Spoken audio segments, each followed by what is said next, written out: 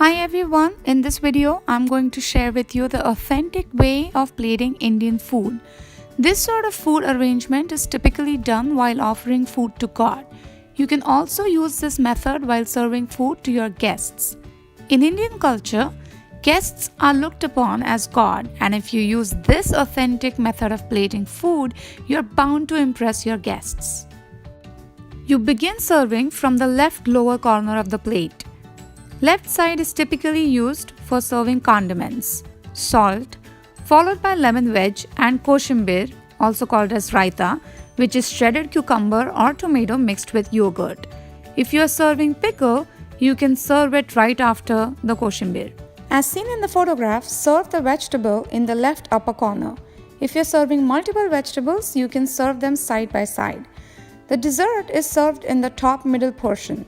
If you're serving multiple desserts and multiple vegetables, one way to serve is to have all the vegetables plated from left upper to right upper corner, side by side on the plate, and all the desserts served in bowls outside the plate arranged in a semicircle around the plate.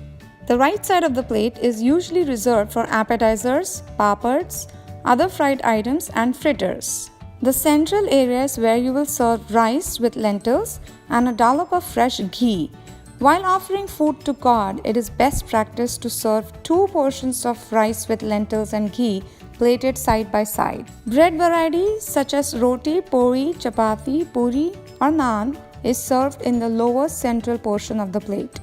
This completes our basic food plating. Remember, food presentation is an art, and it's just as essential to the success of a dish as its taste and flavor. Hope this video helps you with your upcoming Indian festival or Indian themed party. See you next Thursday with a new video. Bye.